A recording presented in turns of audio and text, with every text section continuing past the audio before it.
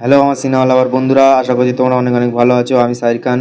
তো আজকে যে ভিডিওটা নিয়ে কথা বলবো সেটা হলো গেম চেঞ্জারের যে ট্রেলার এসেছে কালকে, সেই ট্রেলারটা নিয়ে কথা বলবো। জানি অনেক লেটে আপডেট দিচ্ছি, কিন্তু কিছু করার নেই।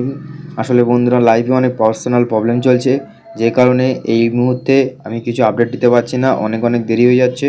ট্রেলারটা আমার কেমন লেগেছে সেটা বলার আগে তোমাদের বলবো যে এই অল্প কয়েকদিনে তোমরা যে ভালোবাসাটা আমাকে দিয়েছো তার জন্য অনেক অনেক ধন্যবাদ, অনেক অনেক ধন্যবাদ। এবারে বিষয় হলো যেটা, যে তোমরা আমার ভিডিও দেখবে কেন, বা আমার ভিডিওটা দেখে তোমাদের লাভ কি হলো। দেখো, আমি যদি সঠিক টাইমে ইনফরমেশন তোমাদের নাই দিতে পারি তাহলে তোমরা আমার ভিডিওগুলো কেন দেখবে। আসলে লাইফে অনেক পার্সোনাল প্রবলেম চলছে। দেখো, শুনতে খারাপ লাগুক আর ভালো লাগুক, আমাদের বয়সের এরকম অনেক ছেলে আছে যাদের এই জেনারেশন খুব চাপের মধ্যে দিয়ে যাচ্ছে। পার্সোনাল লাইফে প্রচুর প্রবলেম আছে বস।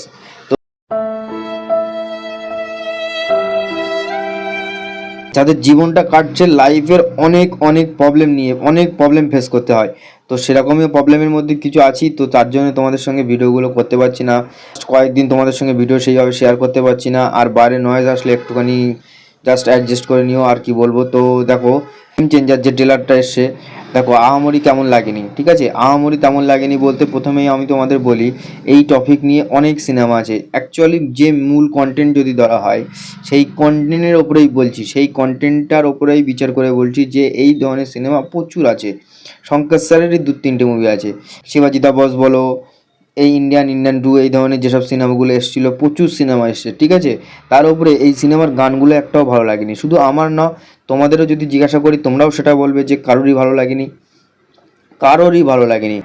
গানের ভিডিও বলো আর গানের লিরিক্স, যেটা গান শুনতে বলো, কোনোটাই ভালো লাগেনি। কোনোভাবেই চোখকে বা কানকে কোনোভাবেই আশা দেওয়া যাচ্ছে না যে এই গানটা ভালো হচ্ছে বা শুনতে ভালো লাগছে বা দেখতে ভালো লাগছে বা গানটা দেখি। এরপরে যখন টিজার এসছে, টিজারও সেই একই অবস্থা, কোনোভাবেই প্রশংসা করতে পারলো না ঠিকভাবে, কারোর ভালো লাগলো না। তো টেলার এসে, টেলার আসার পরে যেটা দেখছি, টেলারটাও আমার ঠিক সেই আহামরি লাগেনি। এর মধ্যে অনেক কিছু দেখিয়েছে। রামচরণকে কখনো পুলিশ অফিসার ধুতি পাঞ্জাবি পরে হাঁটছে, সে কখনো পলিটিক্যাল ব্যাপার, কখনো আবার কালেক্টর, তো বহুত কিছু দেখিয়েছে। তো স্টোরির ওপরে যদি সেই মজা মশালা না থাকে তাহলে কিন্তু ভালো লাগবে না। হ্যাঁ, রামচরণের অ্যাক্টিং স্কিল সম্বন্ধে তোমরা সবাই জানো, ড্যান্সও ভালো পারে। এবং আর পরে এই সিনেমা নিয়ে আসছে, এস রাজামৌলির পর এই সিনেমা করছে শঙ্কর স্যারের সিনেমা। এর আগে শঙ্কর স্যার যে সিনেমাটা করেছে ইন্ডিয়ান টু, তোমরা ভালোভাবে জানো, খুবই দারুণভাবে একেবারে ফ্লপ হয়েছে, হতাশ হয়েছে সবাই। যেখানে কামাল হাসানের মতন একজন লেজেন্ড অ্যাক্টর ছিল, তারপরেও শঙ্কর স্যার সেই মুভিটা হিট করতে পারেনি।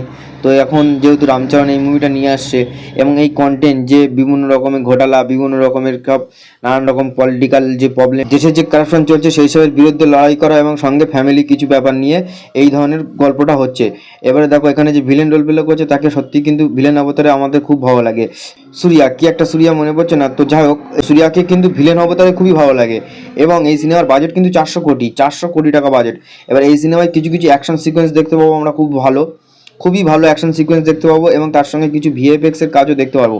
এবার সেটা খারাপ হোক ভালো হোক, বা সিনেমার গল্প ভালো হোক খারাপ হোক, সেটা কিন্তু পাওয়া যাবে।